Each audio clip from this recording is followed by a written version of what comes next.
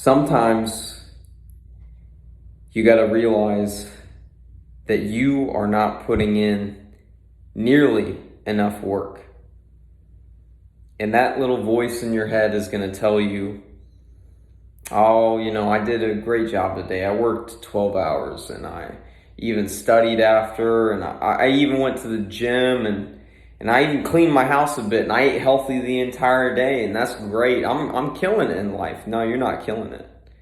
Even if you're doing all those things.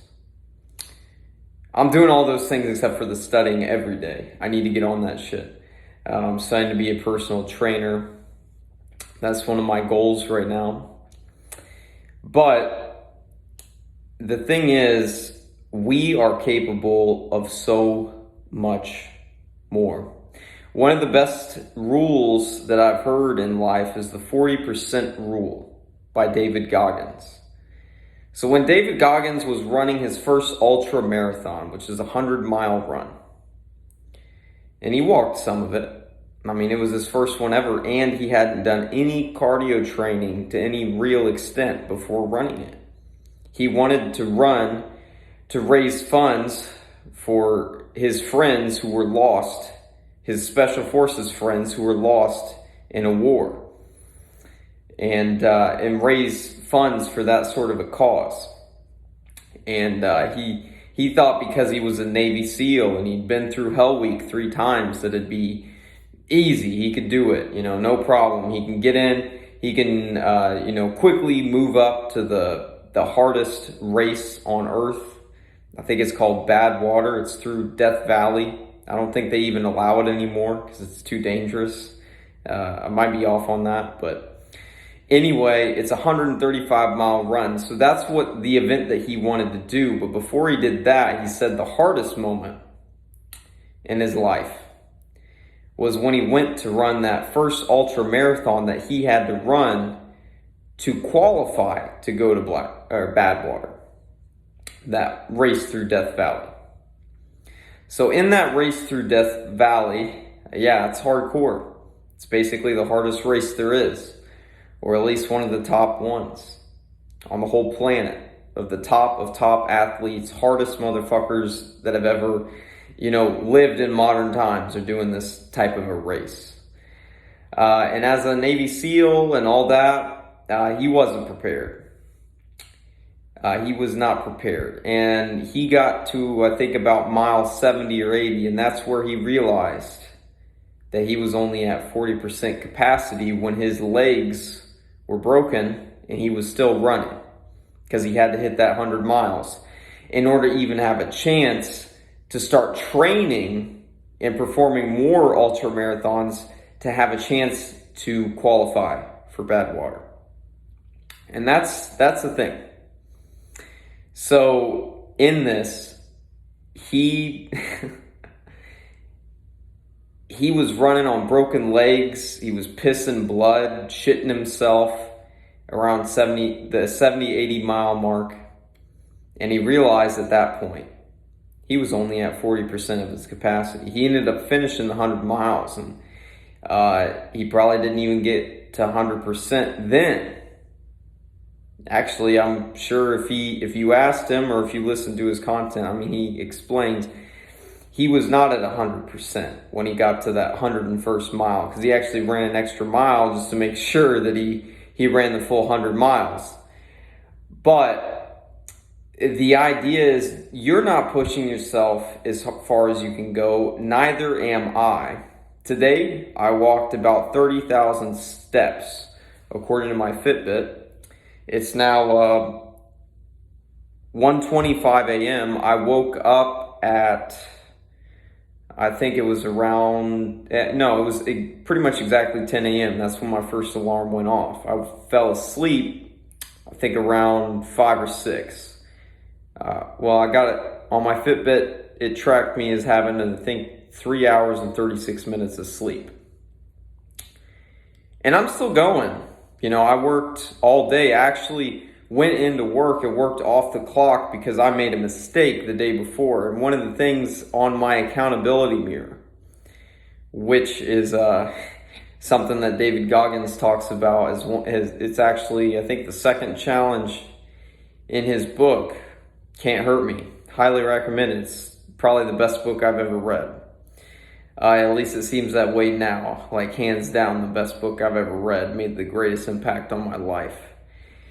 And if you really want to get to a better life, it's going to mean doing the hard shit. You should actually be seeking out harder challenges continuously. And you see, at a certain point, you start to get to a limit. You know, I started to feel it a little bit like last night, like around 5 a.m. I was, about time to finally get in bed after doing a day very similar to the day I described today, where I worked all day. I worked from like 10 a.m. to 12 p.m. off the clock because I wanted to be accountable. I made a mistake. I didn't want other people to be negatively impacted by that. And unfortunately, even though my mistake was, it had good intentions behind it, doesn't fucking matter. I had to go in and fix the situation that I helped cause. So I go in completely of my own accord. Nobody's asking me to come in. People told me about the situation at work, so I decided, one of the things on my accountability mirror, that's what I was going to get to like a minute ago, is do your duty no matter what. Well, what's your duty? It's pretty damn simple. Just ask yourself that question. What's my duty right now? If you got a job, if you got a family, if you got whatever, you know that you have duties and responsibilities and things that you need to take care of in life. So that's like one of my highest priorities right now is do my duty no matter what. This actually comes, the inspiration for that thing on my accountability mirror comes from the Bhagavad Gita, my favorite part of it. The Hindu holy book. I'm not really a Hindu, I'm a Christian, but I've dabbled in plenty of different spiritual disciplines.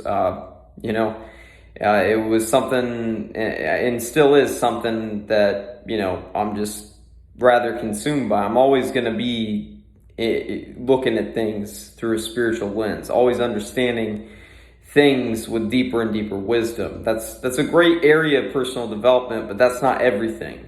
If you're just doing personal development in a spiritual way, you're not even 1% of your potential. I'm talking about the 40% rule. You're not even 1%. You need to push your body. You don't know what spirituality is like until you actually start pushing your body with high-level spiritual attainment already behind you.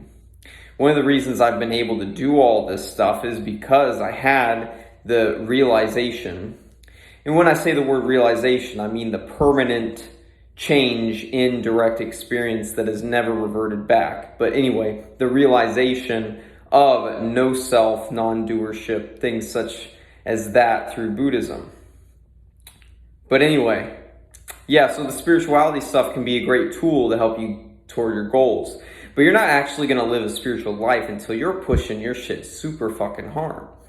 And a lot of people will be like, oh man, well, I'm only getting like 4 hours of sleep at night and I'm working all day. Man, it's getting tiring. I can't do this. Well, that's when you need to develop your mindset the most. Those are actually the moments I seek now. And I find the more that I seek those moments, the better my life gets. Why does it get better? It's not because the circumstances of my life get better. Actually, in a lot of ways, they get a little bit harder compared if it was from my old mindset, my old perspective.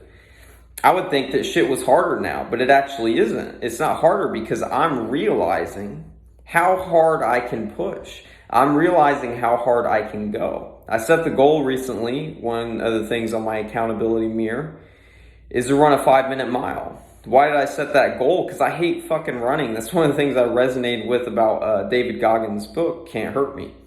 He hated running too. He liked bodybuilding training and shit, just like me. I was in cross country and track in high school and stuff, just because that was the easiest sport. I could half-ass my way because my dad wanted me to do sports and my parents wanted me to do something as a kid, which is great. As parents, that's what you should do. You should push your kids to get out, experience life, push themselves. But thing is, I had such a weak mentality for pretty much all my life up until now. I mean, it got better slowly over time, but it was nothing like this. I never pushed myself in those sports. Even in the races, even when I thought I was pushing myself, I never really was. So I set the goal to run a 5-minute mile. And before I read David Goggins' book, I was trying to run, I was doing a little bit of cardio as part of my fitness routine, part of my personal training that I'm getting from Frank Yang. And I decided I would run a mile as fast as I could, and I ran about 7 minutes and 15 seconds. After reading Can't Hurt Me by David Goggins and using the tools in that book, and I was probably running at like 10% of my potential during this, but I ran a 6:13 minute mile. So, but the goal's 5 minutes. The goal of 5 minutes is only there to push me. I actually want to get much better than that. And the thing is, I'm just going to keep pushing. Physical goals are really great if you want to get more successful. Why? Because it's training your mindset. I don't really do the physical training for the physical benefits or to look better. Maybe in a sense to feel better. And it's more so to just be healthier and better functioning so I can take on life even more. But when you start really pushing yourself physically, sometimes it doesn't even work that way. When you really start pushing yourself physically in order to train your mindset, you might actually make it a little bit harder for you to look better or feel better than if you're just training hard or doing the right things at some scientific dialed in perfect approach. But I'm not doing this for that kind of stuff anymore. I'm doing this to push myself to my absolute limit every day in some capacity or another, usually multiple, in leadership, my job, in my time management, in my fitness and the cardio aspect of it and the weight training aspect of it. I'm pushing myself in a lot of ways, but the thing is, the point of pushing yourself to the edge that you feel at that moment, that is the most you can do, is so that you realize over time that edge is imaginary. You can go further and further. You're just a pussy. And I don't mean that, obviously I'm not using the word pussy in any sense where it's negative to be a female or something. That word, I'm just saying, you have a weak mindset. I can guarantee that you have a weak mindset. No matter who you are watching this video, you have a weak mindset. Even if your mindset's stronger than mine, you have a weak mindset, is the truth. No human being has ever reached their potential, or likely ever will, maybe. It's ridiculously hard because humans are capable of so much. And also because modern society has taught us that comfort and luxury and all this stuff is great. Well, look at the developed nations around the world and the suicide rates and the depression rates and the anxiety rates. People are no longer pushing themselves as our bodies were built to do. We were evolved to push our fucking selves physically all the time, to be able to handle that. Those were the conditions we evolved in. We didn't evolve in some cushy office sitting on our ass eating donuts all day. And that's why it feels like absolute fucking shit. If you do that lifestyle long enough, you're gonna regress. You're gonna fall back. You're gonna start feeling like shit. I can guarantee it. If you do that and you're not doing any physical training, not getting enough physical activity, not eating a good diet, even if you're in the office, eventually you're going to have to find some area in life that's going to inspire you enough to where you can handle that garbage. Because that's not what humans are meant to do. It's not what humans are meant to do. It's not what we were built to do. And I'm not saying there's anything wrong about intellectual work or any other type of work. I actually think it's, in a lot of ways, it's just objectively more beneficial to humanity to do that type of work in a lot of contexts, at least. But the thing is, when you're doing office work and stuff, it's going to drain your soul. When you push yourself to your physical limit, it's going to develop your soul. It's going to develop you. It's going to develop your mindset. It's going to develop your heart, your guts. You're worth so much more, but only if you actually start pushing yourself. And I'm just at the very beginning of this. You know, it's been several months that I've been making progress and going harder and harder, and I was already on a similar path to David Goggins' stuff, what he talks about, but nowhere near the extent that he talks about. And hearing his message has been such a blessing in my life. A lot of people might get the wrong idea, especially in like spiritual communities. They think he's like, you know, just too over the top, too like physical or whatever. Like, come on. You know, in his book, he even talks about there are monks who are trying to get enlightened, and they decide they want to run. They run, I guess they were monks in Japan, they were going to run 1,000 days of marathons in a row. A marathon a day for 1,000 days. Now, why would monks do that? Because they're developing their mindset. They're pushing through suffering. So many people go to spirituality because they want to get away from suffering. What you don't realize is when you want to get away from suffering, you're identified with an ego. You're identified with a personality. And, you know, you're feeling the pain of that identification running into the experience that you're having. You're feeling that disconnect. But, you know, I don't want to continue this any longer. I'm waiting for my caffeine to kick in. Before, you know, I just took my pre-workout. Again, it's 1:30. I can't show you. It goes way too quick. It's 1:37 a.m. And I'm gonna do a 2-hour workout, and then I'm gonna go home and I'm gonna cook a healthy meal to finish hitting my macro goals pretty on point, like every single day, eating healthy foods. And when you start doing this shit, you will see that you do not know your limit. And you really won't know until you keep pushing. Months and months, years and years of pushing. Then you'll start to like see. You'll start to see like a little bit, like a little nugget of like your potential. So I'm nowhere near that. I'm just at the beginning. But you guys better tune in because it's going to get real interesting eventually. Seeing the change that's going to happen in Brandon Rowe. It's going to be a fun ride. So, hope you stay tuned.